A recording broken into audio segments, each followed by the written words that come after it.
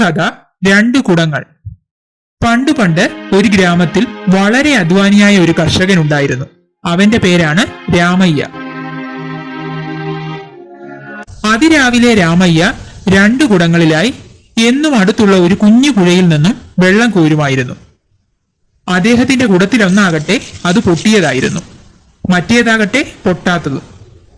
ഒരു ദിവസം എന്നത്തെയും പോലെ രാമയ്യ വെള്ളം കോരി വീട്ടിലേക്ക് നടക്കുമ്പോൾ പൊട്ടാത്ത കുടം പൊട്ടിയ കുടത്തോട് പറഞ്ഞു, അയ്യേ, നീ പൊട്ടിയതല്ലേ, നിന്നെ കൊണ്ട് യജമാനന് ഒരു പ്രയോജനവുമില്ല. അദ്ദേഹം കോരുന്നതിൽ പകുതി വെള്ളവും നീ കളയുന്നു. എന്നാൽ ഞാൻ അദ്ദേഹത്തിനെ വളരെയധികം സഹായിക്കുന്നു, ഒരുപക്ഷെ നിന്നേക്കാൾ അധികം. അതുകൊണ്ട് ഞാനാണ് നിന്റെ യജമാനൻ. അങ്ങനെ എല്ലാ സമയത്തും നല്ല കുടം പൊട്ടിയ കുടത്തെ കളിയാക്കിക്കൊണ്ടിരുന്നു. അതോടെ പൊട്ടിയ കുടം എന്നും സങ്കടപ്പെടുമായിരുന്നു. പതിവ് പോലെ മറ്റൊരു ദിവസം വെള്ളം കോരി രാമയ്യ നടക്കുമ്പോൾ പൊട്ടിയ കുടം പറഞ്ഞു, അല്ലയോ യജമാനനെ, എന്നെ മാറ്റി പകരം മറ്റൊരു കുടം വാങ്ങിയാലും. രാമയ്യ ചോദിച്ചു, അതെന്തിനാണ്? പൊട്ടിയ കുടം പറഞ്ഞു, എനിക്ക് അങ്ങയെ സഹായിക്കാൻ കഴിയുന്നില്ലല്ലോ. എന്നിൽ നിറയ്ക്കുന്ന വെള്ളമെല്ലാം പൊട്ടിയ ഭാഗത്തുകൂടി പാഴായി പോകുകയാണല്ലോ.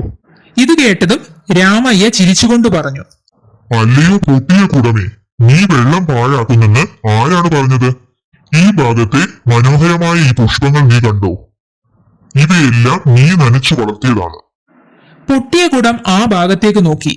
അതാ അവിടെ മനോഹരമായ പൂക്കൾ വിരിഞ്ഞു നിൽക്കുന്നു. ചെമ്പരത്തിപ്പൂവും റോസാപ്പൂവും അങ്ങനെ പലതരം നിറത്തിലുള്ള പൂക്കൾ. രാമയ്യ തുടർന്നു, അതുകൊണ്ട് ഈ നല്ല കുടത്തിനേക്കാൾ ഏറ്റവും സഹായി നീയാണ്. ഇത് കേട്ട നല്ല കുടം പൊട്ടിയ കുടത്തോട് പറഞ്ഞു, ക്ഷമിക്കൂ ചങ്ങാതി, നിന്നിലെ തെറ്റു മാത്രമേ ഞാൻ കണ്ടുള്ളൂ. നീ ചെയ്ത നന്മയെ കാണാൻ എനിക്ക് കഴിഞ്ഞില്ല. പിന്നീട് ഒരിക്കലും നല്ല കുടം ആരെയും വേദനിപ്പിച്ചിട്ടില്ല. ഈ കഥയുടെ ഗുണപാഠം മറ്റുള്ളവരുടെ ദോഷവശങ്ങൾ മാത്രം ചൂണ്ടിക്കാണിക്കാതെ അവരിലുള്ള നന്മയെ തിരിച്ചറിയുകയും അനുമോദിക്കുകയും വേണം. ഇതായിരുന്നു ഇന്നത്തെ കഥ രണ്ട് കുടങ്ങൾ.